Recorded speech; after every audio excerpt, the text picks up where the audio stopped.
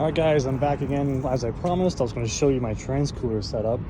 So the whole plan here was actually to have an identical kind of mirror image, although one of them's not exactly, it's not a perfect mirror image because the center line's probably more like here and the center line of the hood is right here, so it's like, yeah, we're a few inches off. Whatever. Again, I think I said in the last video, hindsight's always 20/20. You can definitely move this one in this way, or because this one's limited by this cooler right here for the power steering. So what we got going on here is H7B or HB7 cooler. Everything's going to be linked in the description. A M103K. And there's your, well, that doesn't really tell you much of it. So it's a Maradyne M103K. These are actually the same model, believe it or not, but you can tell, well, they look different from the outside in terms of the cap. I guess this is a different revision. I think this had a rev number that was different than this one. Or something was on there. I can't remember where I saw it. Anyways, so all improved racing fittings and hoses.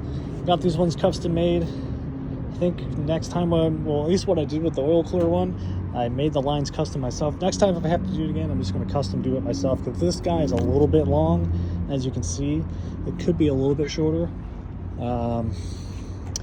So these are all just MPT ports, so just adapter fittings, -6 AM, what we're doing. And then I had some custom brackets to hold them, offset the fan properly, so you can hold it in the right place. Standoffs and basic stuff going on here. The whole key was not to reinvent the wheel. Like, I wanted to keep it simple, just basic stuff. You see a lot of people go crazy with their setups. I mean, good for you. This was kind of what was ideal for me. Simple, reliable.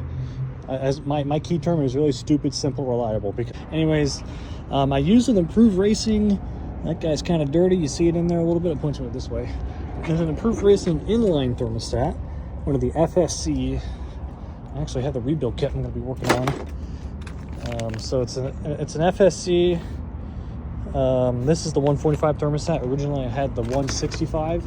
I found that with the 165 thermostat. That guy right there, listen to the fins going it. With the 165 thermostat, which is currently in here, I found that the trans temp would be getting on the highway, summertime Arizona, like to hover around 175, which is not terrible. I think if I set my max personally like 185. The transmission temp operating range is like 160 to 210. So, I think 160 is probably a minimum for me. So what I'm doing here, it's actually going to rebuild it to the 145, because I'm finding that with a lot of, if you're going off-roading a lot, that trans temp gets hot. So it was getting up to 185. It just wasn't getting comfortable for me to keep pushing it. So I always have to keep stopping, let the fans cool it down. So the thing is, a thermostat doesn't close until it's 180 degrees. I'll show you this really quick. I took the intake off. I'll get you a better view of what's going on in here. A little dirty, but I really just bent an angle bracket. Drills a couple holes, threaded it through. Nothing crazy. Here's the two lines. Make sure it's nice to have it still secured up to here. Otherwise, pretty stupid simple.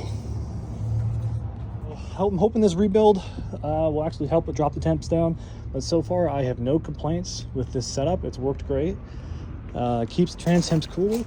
So if you actually notice, there's the bare port for the transmission. This is the Mishimoto radiator. So there's the bare ports for the transmission cooler. I actually don't run the systems, either one of these systems. I do not run them through the side tanks of the radiator. And my reason for that, although it's efficient, if you have both of them, my reason for that is because if something happens internally to this radiator, this Mishimoto, and it cracks somewhere in the side tank, and then now we're mixing fluids between oil and transmission over there. So that's my point, is let's not have that, because then we have coolant in my oil or trans fluid in my coolant, or vice versa, or whatever. It might be a bad day. So I'm kind of trying to keep it simple, reliable. That's sort of my philosophy as I go through this stuff. But anyways, let me show you just the basic lines. It's tightly packed down here. So we got your standard transmission lines, just some adapters. Trying to remember just the push to connect ones. These are O-ring Boss, not face seal, O-ring Boss fittings. And then I had a little tiny L bracket right there. It's kind of just holding this up. It's really close to the intake box. That's just holding up the thermostat. You can see that hose that drops down. This is the in, this is the out. So your transmission flows from, cooler flows from bottom to top, the factory. The oil, I believe, is the other way around. I think the oil one flows top to bottom, but don't quote me on that.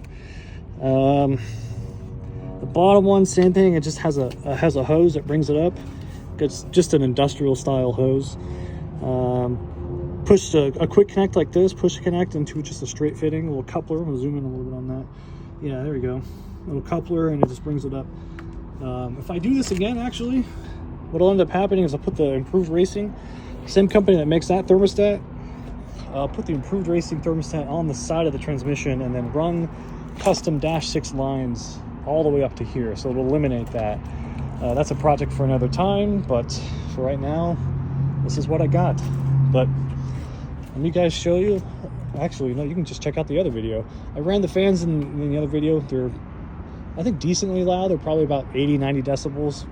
Again, didn't measure it, but I have to talk over it, so normal conversation is probably around 70. But if you guys want to see more, let me know. This is just the overview of the oil and the transmission cooler. If you want to see more about this one, I have another video. And then I got some other stuff coming around down the pipeline about this old girl.